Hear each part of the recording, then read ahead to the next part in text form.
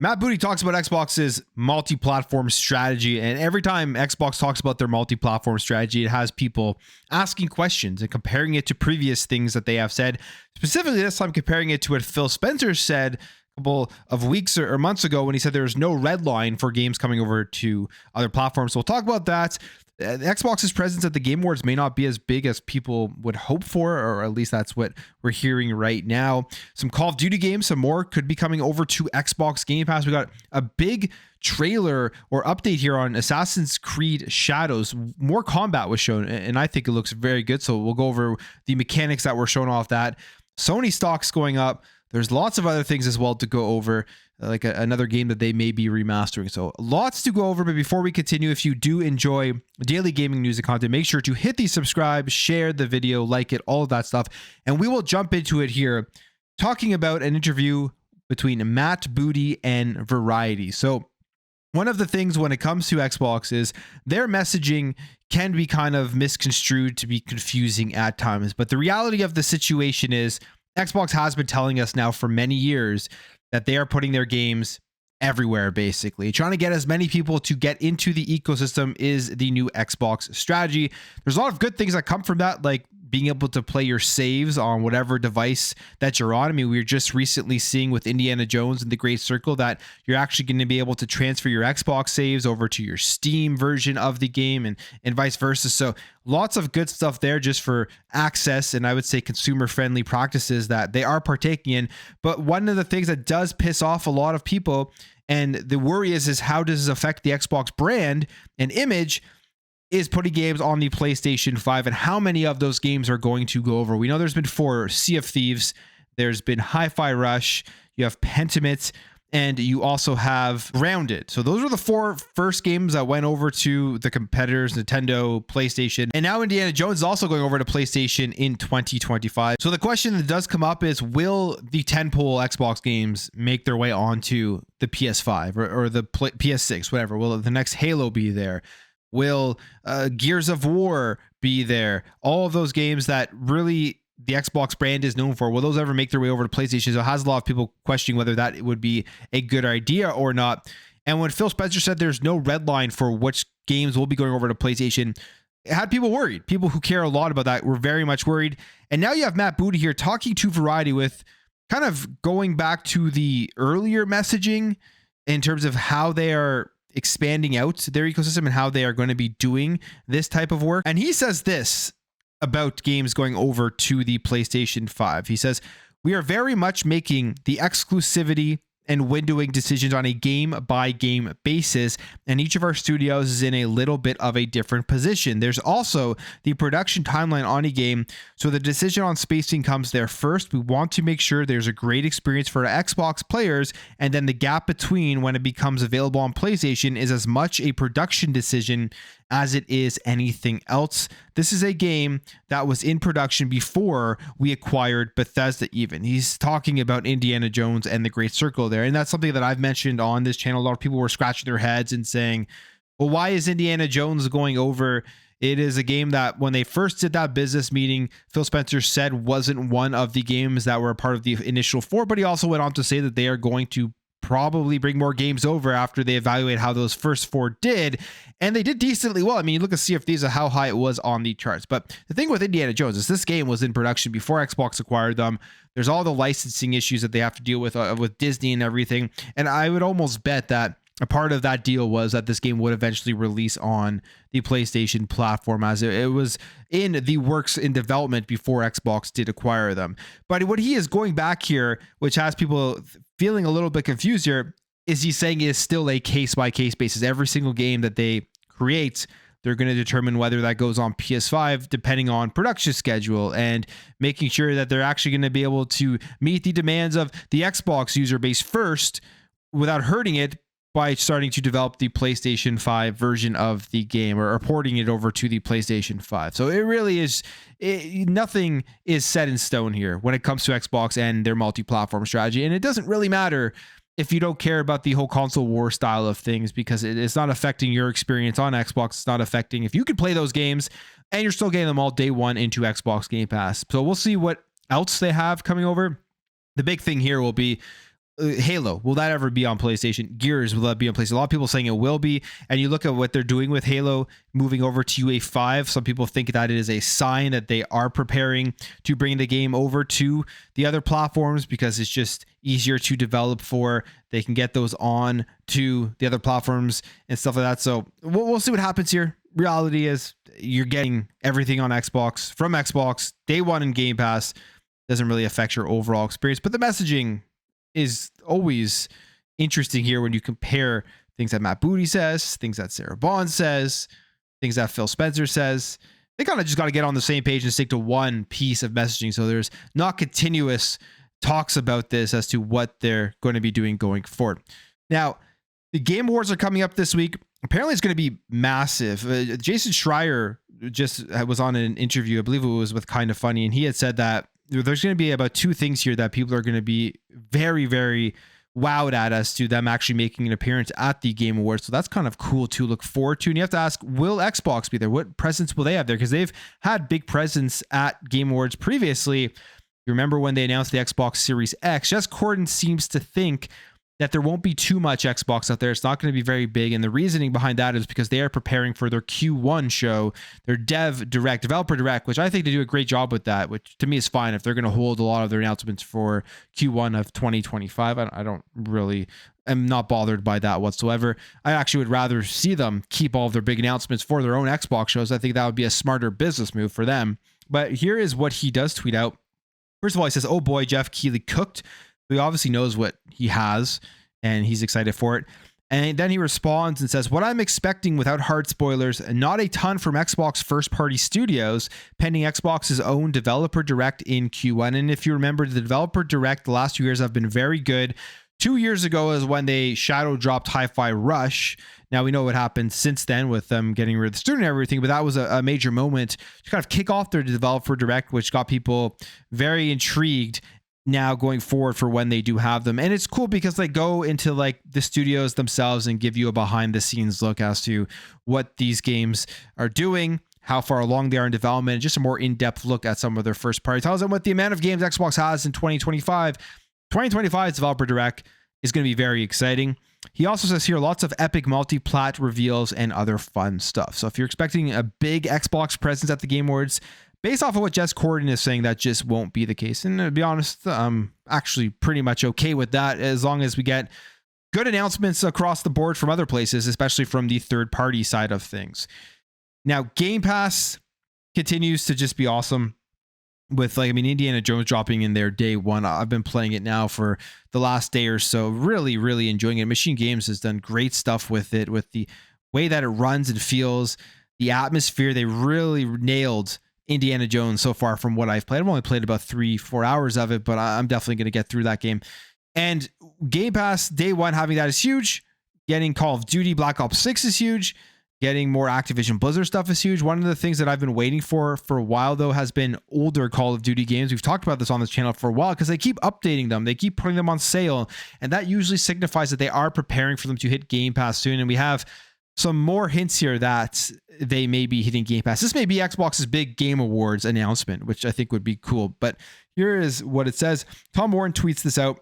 Call of Duty 2, Call of Duty 4 Modern Warfare, the 2007 game, and Call of Duty plus United Offensive have all suddenly appeared in the Microsoft Store on PC. Could there be some COD Game Pass additions soon?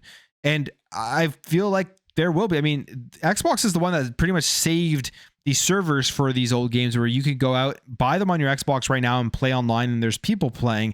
It was really cool when that came back and you saw kind of the rejuvenation of these old games and feeling like you're back on the 360, which I think was the golden age of Call of Duty. So dropping them all into Xbox Game Pass will do the same thing. It will have the same effect of getting these games to have the player base jump back in and everybody talking about it and playing it. So I really hope this is the case. To me, it's a no-brainer. They maybe want to wait a little bit here since the release of Black Ops 6. I don't think you're really going to pull that many players off of Black Ops 6. It's just a win for everyone on Game Pass and for these old games to kind of get new life by dropping into a subscription service with millions of players that go ahead and play it right away. So I hope this is the case. We've seen them hint at this multiple times throughout the year. And maybe the Game Awards is when we finally get that announcement for the classic Call of Duties dropping into the service. Now, there's a cool new feature here for Xbox that is being shown off here by the Xbox engineer on X, Eden Marie. And it has to do with your gamer pics, your profile picture. You can now actually take pictures with in-game screenshots, crop them, and make a new gamer pic for Xbox. And she shows how it's done here with Indiana Jones. She says, hey, Xbox, a reminder that you can create a custom gamer pic directly from the Captures app. Now, if you feel like it, so basically all you do is take a screenshot, and then you're going to have the option here to create a gamer pic, and then you can crop it, zoom in, zoom out, move the image around, and just create some cool stuff. So that's a nice addition there.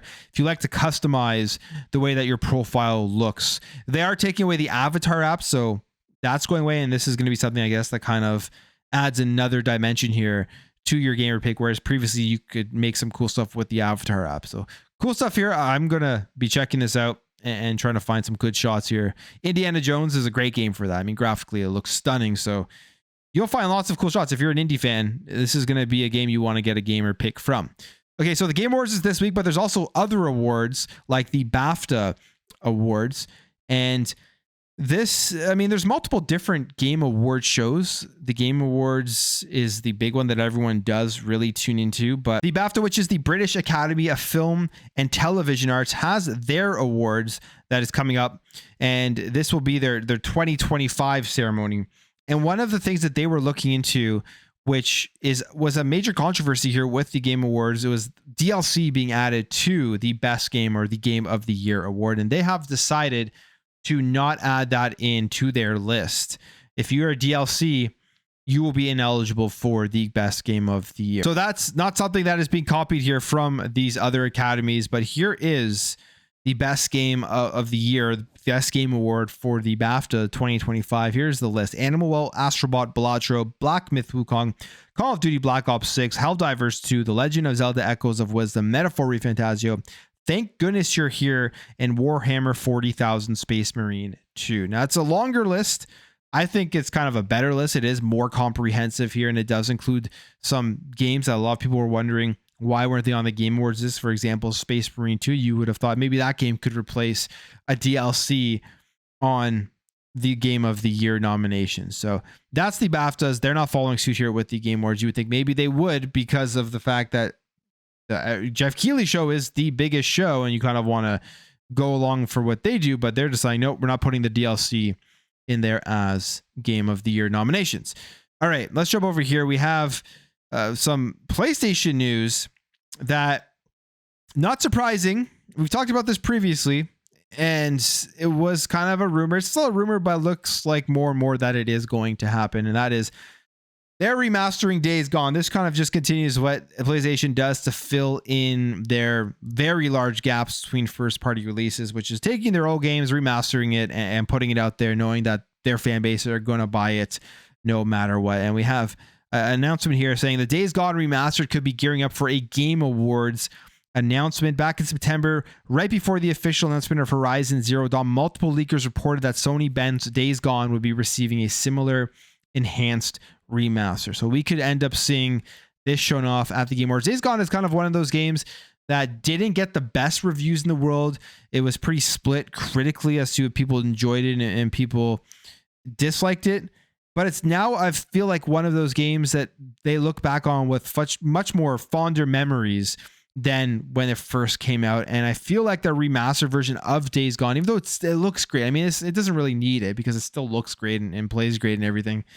It will open it up to more people to try it out who previously were turned off probably by the initial reception of it. So maybe that's what they're thinking.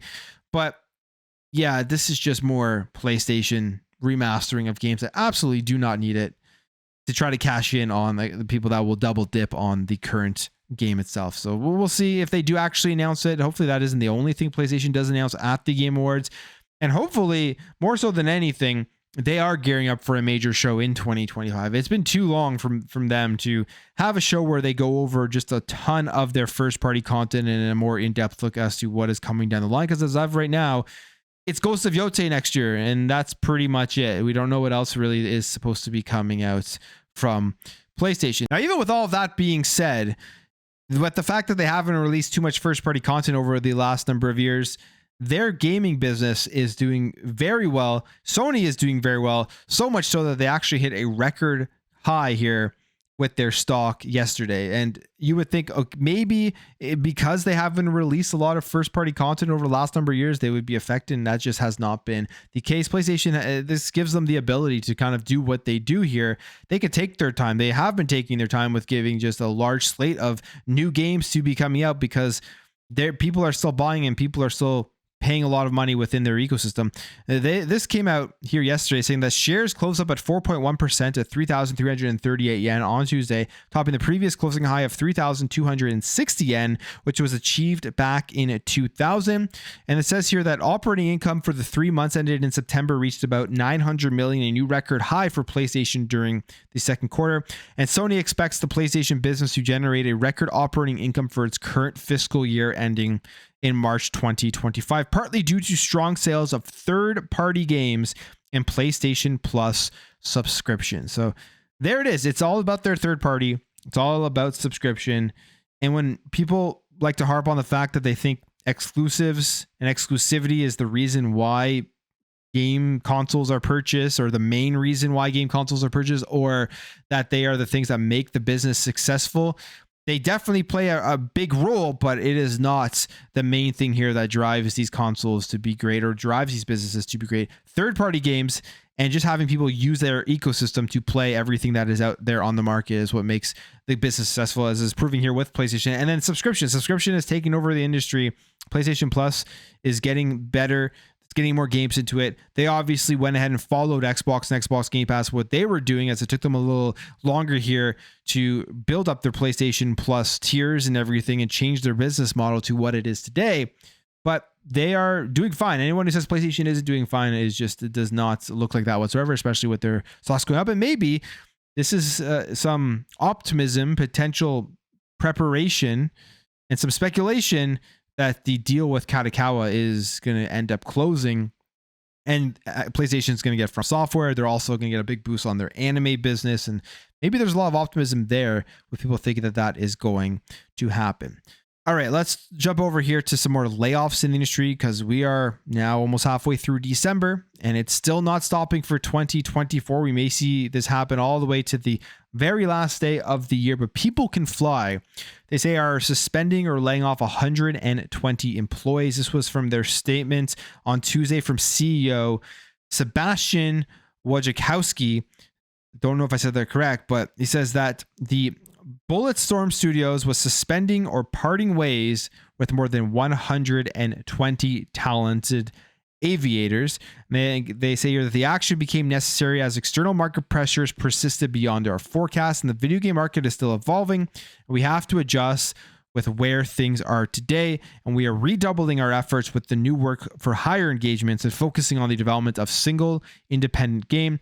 We believe in our teams, games, and their potential, and we remain extremely committed to continuing that journey, but we need to tailor our plans for our financial capacity. I mean, he says what everybody's been saying in slightly different words here. One thing that is a little bit interesting is that they are focusing development on a single independent game, which, yes, it's a smaller studio, but you're kind of seeing that happen across the board with all of these companies and their layoffs, is that they are definitely having more of a narrow focus as to what they are going to be releasing and working on and investing in, because it's much harder to make a return on the investment now in the gaming industry. And you've seen a lot of projects try to go outside the box or try something new and fail. Like Concord, we mention all the time here, $400 million fail year from PlayStation. And then you look at X Defiant from Ubisoft, which is being canceled and shutting down in June. It's another major failure from them. So these companies are going to be narrow on what they will basically know will sell and make them money. And People Can Fly here is no different. I like the stuff that People Can Fly has made before. So hopefully they continue to bring out games here and it doesn't end up with any worse fate here for the studio itself. Okay, let's talk Assassin's Creed Shadows. I'm very excited about this game. The game looks phenomenal to me, even with all the controversy surrounding it. By the time this comes out in February, and if they keep putting out gameplay trailers like this, I think it's going to do very, very well. But they put out a brand new combat system explained video here where they show off both characters that you're going to be able to play as in the game. You get Neo and Yasuke, and they both have different styles of attacks. Obviously, Neo, I think, is more of a shinobi and just faster attacks and different styles of weapons. And then you have Yasuke here, the samurai, with more methodical, slower type of combat. And the combat looks very, very good. This is definitely different than what we have seen in previous open world Assassin's Creed games, where you would have just multiple enemies coming at you. You could just dive and dodge and roll and everything and just pretty much spam your attack to get through situations. But this one does not seem like that is the case here, where there's going to be a lot more thinking, I think, in the combat itself and a lot more strategy. And it looks very, very good from both things, from both characters here that they have shown off. But here are some of the highlights. You have light, heavy, and charge attacks. Certain actions like perfect dodge will put enemies in a vulnerable state. Both characters can parry, deflect, but only Yasuke can block. Neo's weapons are a katana, kusarigama, a tanto, and a hidden blade. Yasuke's weapons are a long katana, a naginata, a kanabo, a yumibo, a teppo rifle.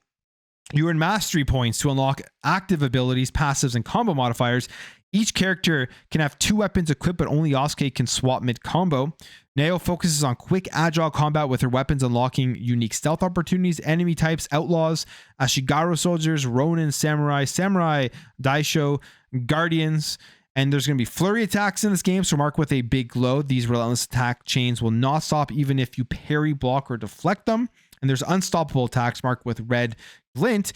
These attacks should be dodged, as blocking or parrying them will break your posture. So like I said, if you are a fan of Assassin's Creed open world games and looking forward to this one, go check out the video. I think this looks very, very good. It is, I would say, a step up from what we saw from the previous trailer. I thought the previous trailer was fine, but this looks like they've made some improvements since the announcement, which is interesting because the game technically would be out right now if it did not get delayed until February. So they definitely have been doing stuff here to continuously improve it and try to make sure that this game launches flawlessly. Because the one thing with this one is that with all the controversies surrounding it, there really can't be any gameplay controversies when it does drop. And I don't think it will be. I'm a fan of the Assassin's Creed series. They're all pretty fun to me, and huge series in terms of sales that Ubisoft is banking on, especially with everything going on with Ubisoft. This one needs to hit. And I think it will. I mean, this gameplay looks fun. Although you'll probably get a bunch of videos over the next few days talking about how bad it looks and how bad this game is going to be from people probably honestly had zero intention of ever actually playing the game itself. Okay, a couple more things here. Just some quick announcements. A new Tales game is potentially coming out called Tales of Odysseia for PS5, Xbox Series, and PC. And this is coming in 2026. And it is the first open world Tales adventure. It says venture across the vast empires of Glaza, Boestivia, and Peleus on foot, as well as with hoverboards, hand gliders, boats, and aircraft. So if you're a Tales fan, looks like a new one is coming, but not until 2026. Man, there's a lot of hard words here in today's show that I've probably all pronounced wrong. Yesterday, we talked about Cyberpunk and a random new update that was coming. This is the update, nothing huge, but Cyberpunk 2077 is getting car paint jobs and customization with update 2.2. You can also hack and take paint jobs from other cars in the open world. So that's what it is. No new real content or anything. No any like story or missions or anything like that, but just a new update here to the open world with car paint jobs. But that's it for me. I'm going to end the video there, guys. If you did enjoy this video, make sure to hit that thumbs up. If you aren't here, hit that subscribe, and I will catch you guys in the next video.